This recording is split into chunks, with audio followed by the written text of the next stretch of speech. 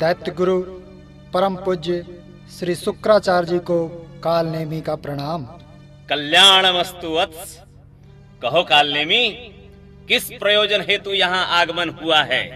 गुरुदेव, सभी राक्षसगण दुखी एवं परेशान हैं। शक्ति संपन्न होकर भी असहाय से पड़े हैं। वे सभी धरती पर जाकर कुछ करना चाहते हैं।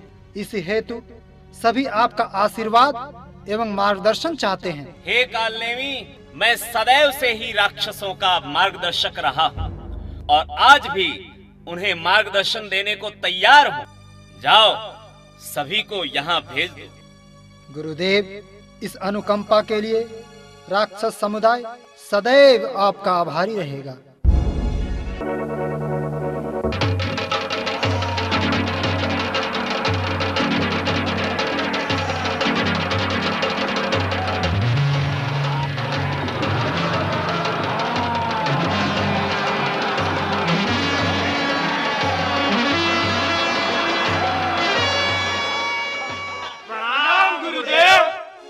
कहो मेरे प्यारे शिष्यों, तुम लोगों ने मुझे किस लिए याद किया है?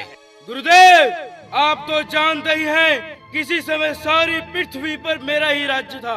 तीनों लोगों में देवता, यक्ष, नर, किन्नर सभी मेरे भय और आतंक से कांपते थे। त्रेता युग में विष्णु ने राम का अवतार लेकर मेरा वध कर डाला। तब से मैं कहीं का नहीं रहा। आकाश में इधर उधर मारा मारा फिर रहा हूँ। मानव रक्त पीने के लिए मेरी आत्मा प्यासी हो उठी गुरुदेव, प्यासी हो उठी है। गुरुदेव, धरती पर जब मेरा राज्य था, मेरे वैभव और ऐश्वर्य का डंका सारी दुनिया में बजा करता था। मेरी रानियां दूध से नहाया करती, मगर विष्णु ने एक गोले का बेटा बनकर मेरी हत्या की। बदले की आग में मेरा दिल जल रहा है गुरुदेव। मुझे एक पल का भी चैन नहीं है। गुरुदेव, एक समय मैंने पृथ्वी की सारी संपत्ति छीनकर अपना खजाना भर लिया था और उसे ऐसी जगह छुपा दिया था जहां कोई भी देवता पहुंच नहीं सकता था। मगर विष्णु ने 12 का रूप धारण कर मेरा वध कर दिया। तब से लेकर आज तक मेरी आत्मा भटक रही है। मुझे मेरी संपत्ति चाहिए गुरुदेव, मुझे मेरी संपत्ति चाहिए। गुरुदेव, आप तो जानते ही हैं, मैं जिसके सिर पे हाथ रख दूं वही जलकर भस्म हो जाए, ऐसी शक्ति मुझे प्राप्त थी। क्या मनुष्य, क्या देवता सारे डर से थर-थर कांपते थे। स्वयं भगवान शंकर भी मेरे डर से भागे भागे फिरते थे। परंतु उस छली और कपटी विष्णु ने मोहिनी का रूप धारण कर मेरे सिर पर मेरा ही हाथ रखकर मुझे भस्म कर दिया। धरती पर फिर से जाकर सारी दुनिया में हाहाकार मचाने की मेरी इच्छा कब पूरी होगी गुरुदेव, कब पूरी होगी? गुरुदेव, दुष्ट लक्ष्मण ने मेरी नाक काटकर सारी दुनिया में हंसी उड़ाई। तभी से इस बात का बदला लेने के लिए मेरी आत्मा व्याकुल हो रही है। गुरुदेव, क्या आपको पता नहीं, मैंने अपने भाइयों का हक छीनने के लिए क्या क्या षड्यंत्र नहीं किए। लाक्षागृह को जलाने की कोशिश की, कपट के पासों से द्वित कीड़ाकर उनके संपूर्ण राज्य को छीन लिया। परंतु उस छलिया कृष्ण के कारण हमारी एक न चली गुरुदेव, हमारी एक न चली। और महाभारत युद्ध में हम अपने भाइयों एवं संबंधियों सहित बुरी तरह मारे गए। गुरुदेव, प्रतिशोध की वह आग अब भी हमारे हृदय में जल रही है। पता नहीं वह समय कब आएगा जब फिर से इस धरती पर जाकर हम अपनी इच्छा पूरी कर सकेंगे। गुरुदेव, मैंने भी भरी सभा में द्रौपदी को अपमानित करने का प्रयास किया, परंतु कौन सा चमत्कार हो गया कि 10,000 हाथियों के ताकत रखने वाला मैं साड़ी खींचते खींचते थक कर चूर हो गया और उसके शरीर से साड़ी समाप्त नहीं हुई। जरूर मायावी कृष्ण का ही हाथ रहा होगा। गुरुदेव, नारी को अपमानित करने की मेरी अभिलाषा पूरी नहीं हो सकी, इसलिए गुरुदेव ऐसी कृपा कीजिए कि मैं इस धरती पर जाकर पुनः अपनी इच्छा पूरी कर सकूं। हमारी बड़ी दुर्दशा हो रही है गुरुदेव, हमारी रक्षा करें। पृथ्वी पर एक बार फिर से हमारा साम्राज्य स्थापित हो, ऐसा उपाय हमें बताएं गुरुदेव। हे राक्षसगण, मैंने तुम सभी की बात बड़े ध्यानपूर्वक सुन ली है, परंतु धरती पर एक नए देवता का उद्भव हो चुका है। कौन सा देवता? विज्ञान देवता। आज मनुष्यों ने बड़ी बड़ी वैज्ञानिक शक्तियां प्राप्त कर ली हैं। सभी देवता उनके अधीन हो रहे हैं। बटन दबाते ही वायु देवता हवा दे रहे हैं, जल देवता जल दे रहे हैं, क्षण भर में अग्नि देवता सेवा में हाजिर हो जाते हैं। ऐसे आविष्कार मानव कर चुका है कि यदि तुम लोग पहले की तरह शरीर धारण कर पृथ्वी पर जाओगे तो पल भर में नष्ट कर दिए जाओगे। तो हम क्या करें गुरुदेव? क्या ऐसे ही करते रहें? नहीं नहीं, तुम सबकी इच्छा पूरी करने का उपाय मैंने सोच लिया है। इस बार रणनीति में परिवर्तन करना होगा। इसके पहले तुम लोग अलग अलग समय में अकेले शरीरधारी बनकर जाते थे, जिससे विष्णु किसी न किसी रूप में अवतार लेकर तुम्हारा संहार कर देता था। इसलिए इस बार सबको एक साथ जाना होगा और स्थूल नहीं सूक्ष्म शरीर धारण करना होगा। तुम्हें मालूम है, मनुष्य की यह प्रगति उसकी बुद्धि के कारण रही है। बुद्धि के दो रूप होते हैं, पहली सद्बुद्धि और दूसरी दुर्बुद्धि। सद्बुद्धि से सृजन होता है और दुर्बुद्धि से विनाश। तुम्हें दुर्बुद्धि के रूप में धरती पर जाकर सभी के मस्तिष्क में बैठ जाना होगा और फिर देखना मजा। बड़े बड़े दिग्गज ऐसे काम करने लगेंगे जिसकी कोई कल्पना तक नहीं कर सकता। चारों ओर अशांति, कलह, शोषण, उत्पीड़न का ऐसा तांडव नृत्य होगा कि लोग त्राही त्राही कर उठेंगे। समूची धरती पर तुम्हारा ही साम्राज्य होगा। तब तुम सबकी आत्मा को शांति मिलेगी। धन्य है गुरुदेव, आप धन्य हैं। इस उपकार के लिए हम सदैव आभारी रहेंगे। रावण, आज्ञा गुरुदेव। तुम पाखंडी धर्माचार्य के रूप में धरती पर जाओ और लोगों को यह शिक्षा दो कि कर्मकांड और आडंबर ही सब कुछ है। त्याग, तपस्या, सेवा, प्रेम, सत्य और न्याय का कुछ महत्व नहीं है। तुम धर्म को एक धंधा और व्यवसाय बना डालो। कंस, जो आज्ञा गुरुदेव। तुम शासन तंत्र पर अपना आधिपत्य जमा लो।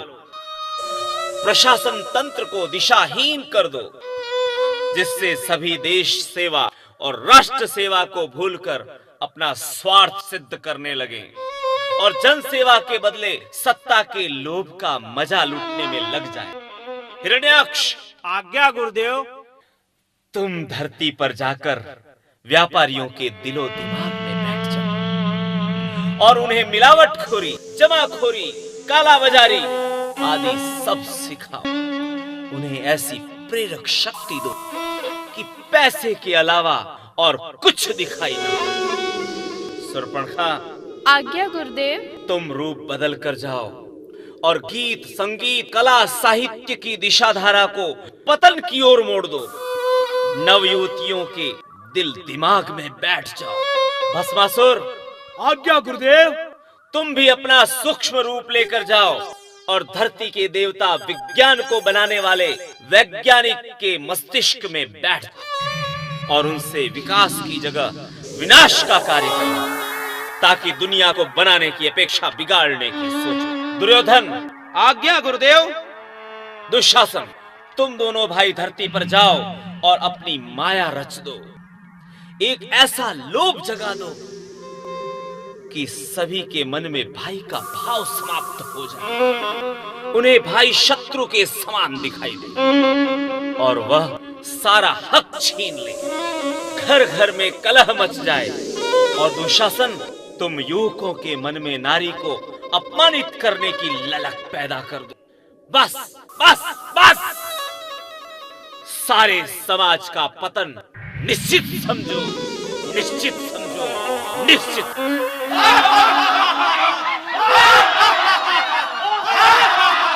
प्रणाम गुरुदेव।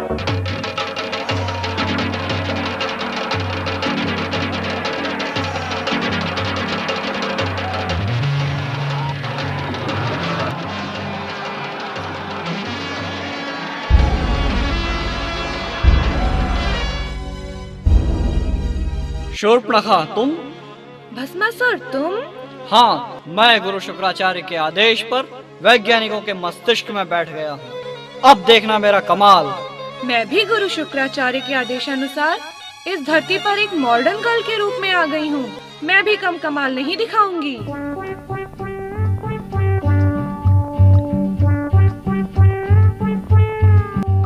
अलख निरंजन, अलख निरंजन, अलख निरंजन। अरे ये कौन साधु महात्मा चले आ रहे हैं? अरे सुवर्णखा, भस्मासुर, तुम दोनों ने मुझे नहीं पहचाना? मैं रावण हूँ, रावण। गुरुदेव शुक्राचार्य के आज्ञा अनुसार छद्म वेश में आया हूँ। मैं हिरण्याक्ष हूँ, हिरण्याक्ष। गुरुदेव के आज्ञा अनुसार एक महामक्कार पूंजीपति के रूप में इस धरती पर आया हूँ। अरे भाइयों, मैं कंस हूँ, कंस। कंस, कंस, कंस। क्यों नहीं पहचाना ना? मैं भ्रष्ट शासक के रूप में इस धरती पर आया हूँ। मैंने प्रशासन तंत्र को भ्रष्ट कर दिया है। आज सभी का एक ही लक्ष्य रह गया है, किसी भी प्रकार से सत्ता को हथिया लो और ठाट बाट से बंगलों में ऐश करो, ऐश मजा लूटो और कारों, हेलीकॉप्टरों और हवाई जहाजों से देश विदेश की सैर करो, सैर।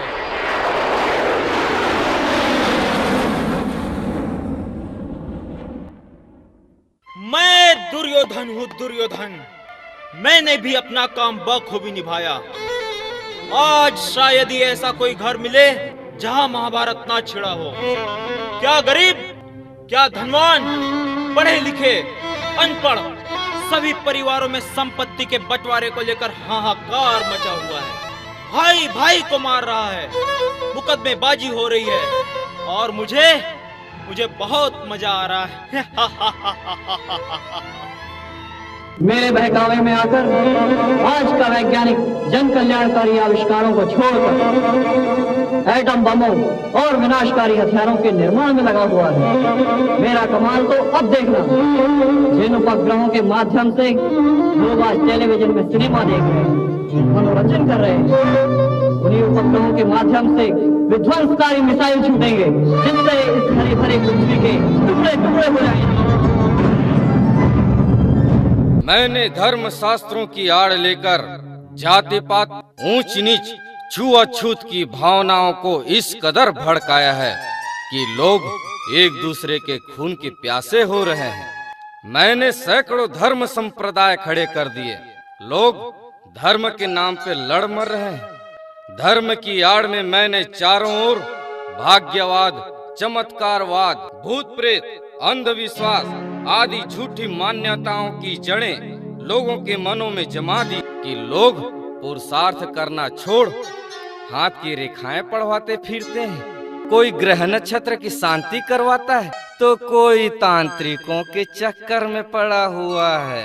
अलग वर्तमान में सारी दुनिया के समक्ष विकट समस्याएं उपस्थित हो गई हैं। उसका मुख्य कारण यही है। समाज में जब हाड़ मांस के स्थूल शरीरधारी कुछ लोग उपद्रव मचाते हैं और अशांति फैलाते हैं, अत्याचार करते हैं, तो उनको मार डालना संभव होता है। किंतु यदि दुर्बुद्धि और दुष्टता दुष्प्रवृत्तियों का रूप धारण कर जन जन के मन में घुस पड़े और मनुष्य के चिंतन को ही विकृत कर दे, तो क्या होगा? कैसे होगा हमारा कल्याण? कैसे होगा हमारा कल्याण? त्राहि माम, बचाइए भगवान, मेरी रक्षा कीजिए। बेटी धरती, तुम्हारी ये दुर्दशा किन लोगों ने की है? पितामह, मेरी ही संतानों की दुर्गति के कारण आज मेरी यह दशा हुई। देवत्व हार रहा है, सर्वत्र असुरता की विजय हो रही है। ऐसे संकट के समय में महादेव जी आप कहाँ हैं? मैं तो सदैव आपके साथ हूँ ब्रह्मदेव।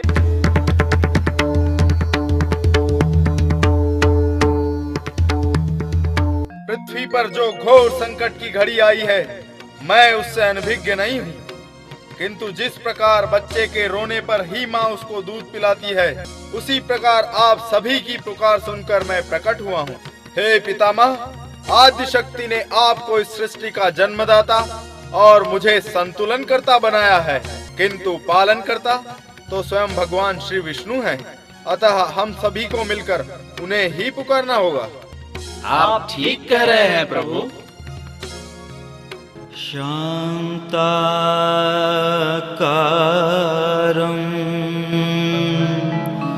भुजगशयनं पद्मनाभं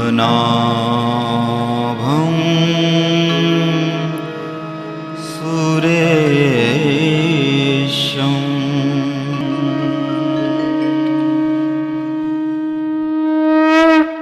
पितामह, महादेव जी, माता पृथ्वी, सभी देवता यहाँ पर एक साथ। ज्ञान दो, सद्भाव दो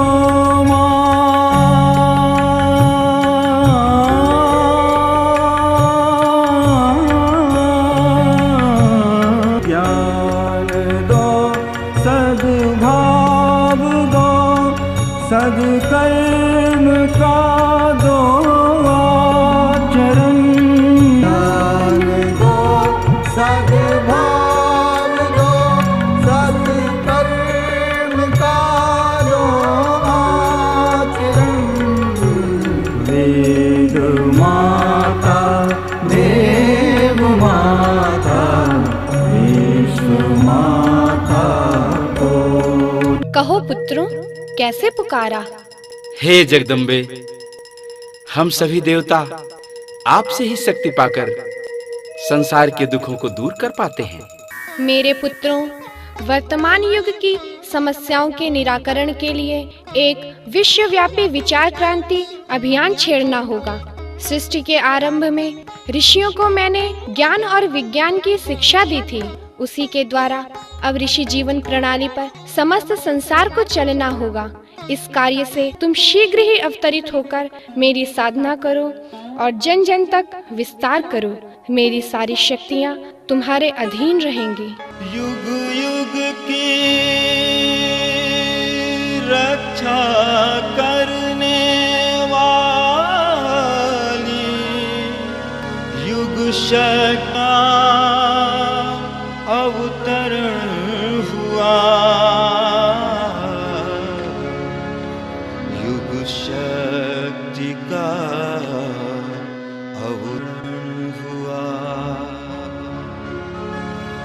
अवतरित हुई माँ गायत्री, अवतरित हुई माँ गायत्री। युग शक्ति बनी निश्चय जानो, आ गया समय युग बदलेगा, आ गया समय युग बदलेगा। इस काल शक्ति को पहचानो, इस काल शक्ति को पहचानो। अवतरित हुई माँ